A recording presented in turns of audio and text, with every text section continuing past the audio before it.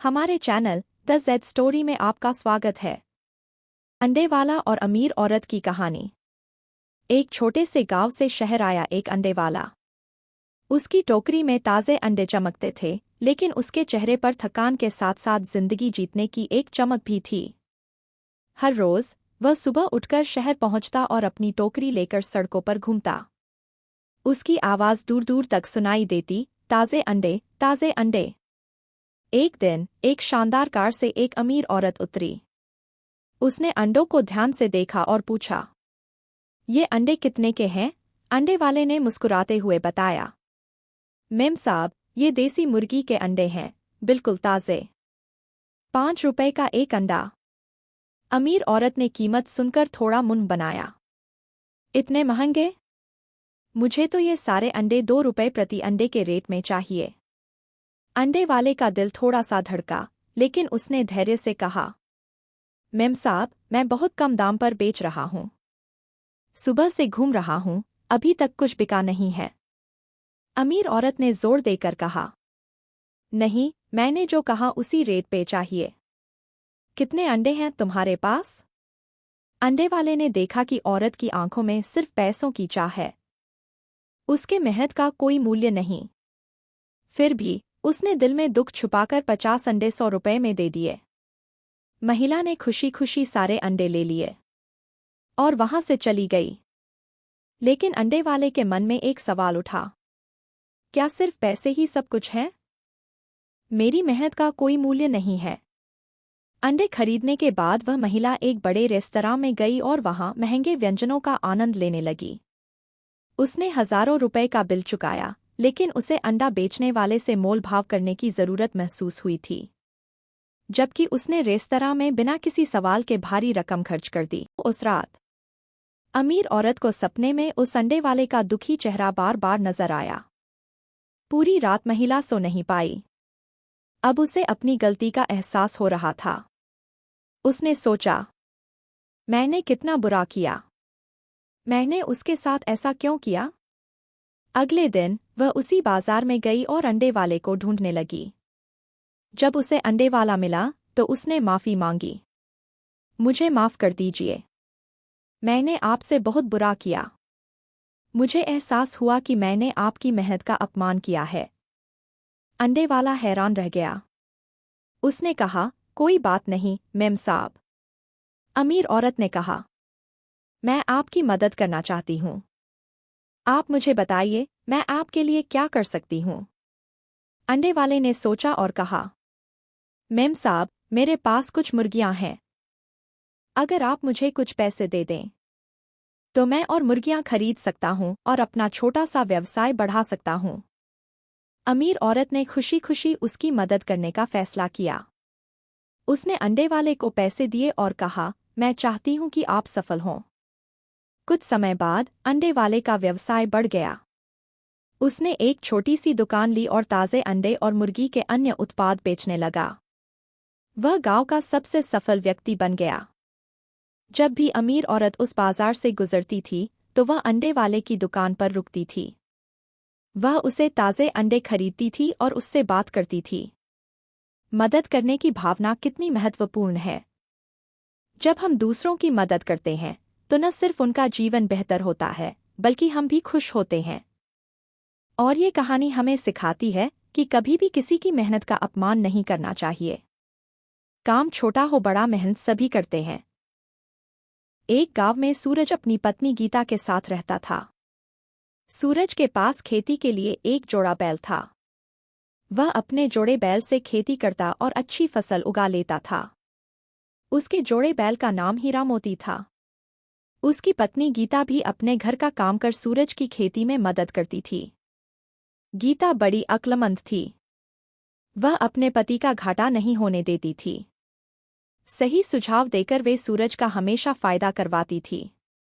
किसान पति पत्नी अपनी फसल को बैलगाड़ी में रख कर बाजार में बेचने भी जाते थे। इनका परिवार एक सुखी किसान परिवार था। एक बार की बात है। हर शाम की तरह गांव के सभी मवेशी चर करा रहे थे। परंतु इस शाम सूरज का एक बैल रंभाता हुआ आ रहा था। गांव के सभी लोग सोचने लगे, आखिर एक बैल इतना रंभा क्यों रहा है। तब पता चला कि सूरज का एक बैल मोती गायब हो गया है। सूरज और गीता के साथ गांव के लोगों ने मोती को ढूंढने का बहुत प्रयास किया। शाम से रात हो गई, परंतु बैल कहीं मिला नहीं। सूरज एवं उसकी पत्नी बहुत दुखी थे।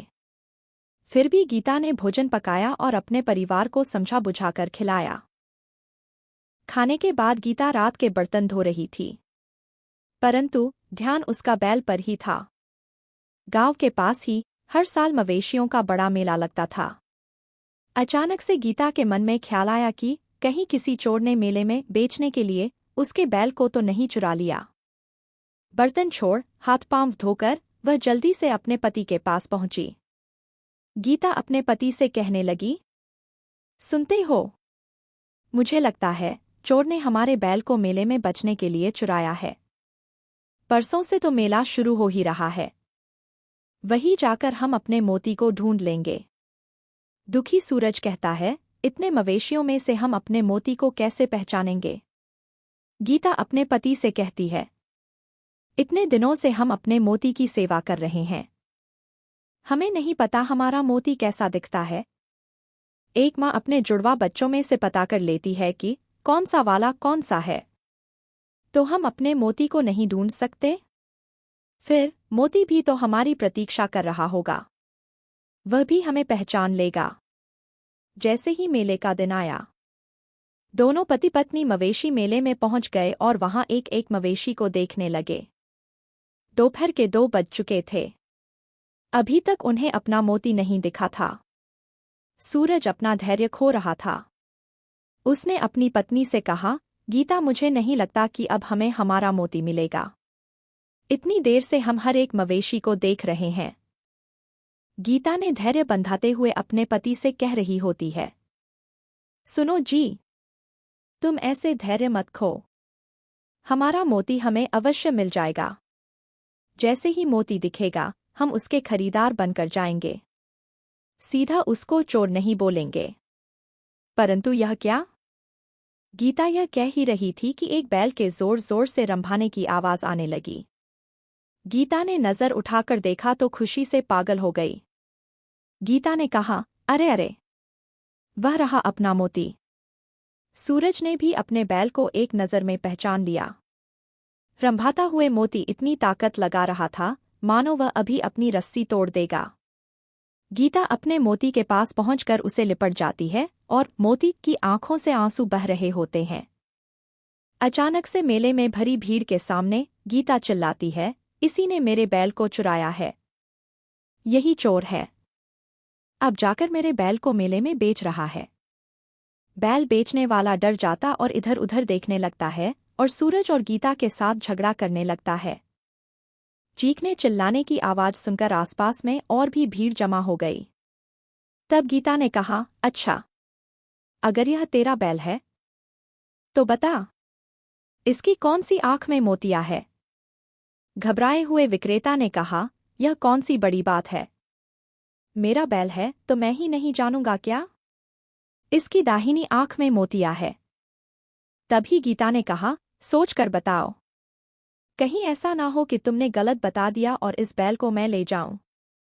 विक्रेता कहता है, अरे, लगता है गलती हो गई, उसकी दाहिनी नहीं बाई आंख में मोतिया है। तब गीता ने भीड़ से कहा, सुन लिया भाइयों, इसने मेरे बैल को चुराया है। मेरे बैल का नाम मोती है और उसकी किसी आंख में मोतिया नहीं है, यह देख लीजिए। यह कहकर गीता ने अपना आंचल बैल के चेहरे से हटा लिया।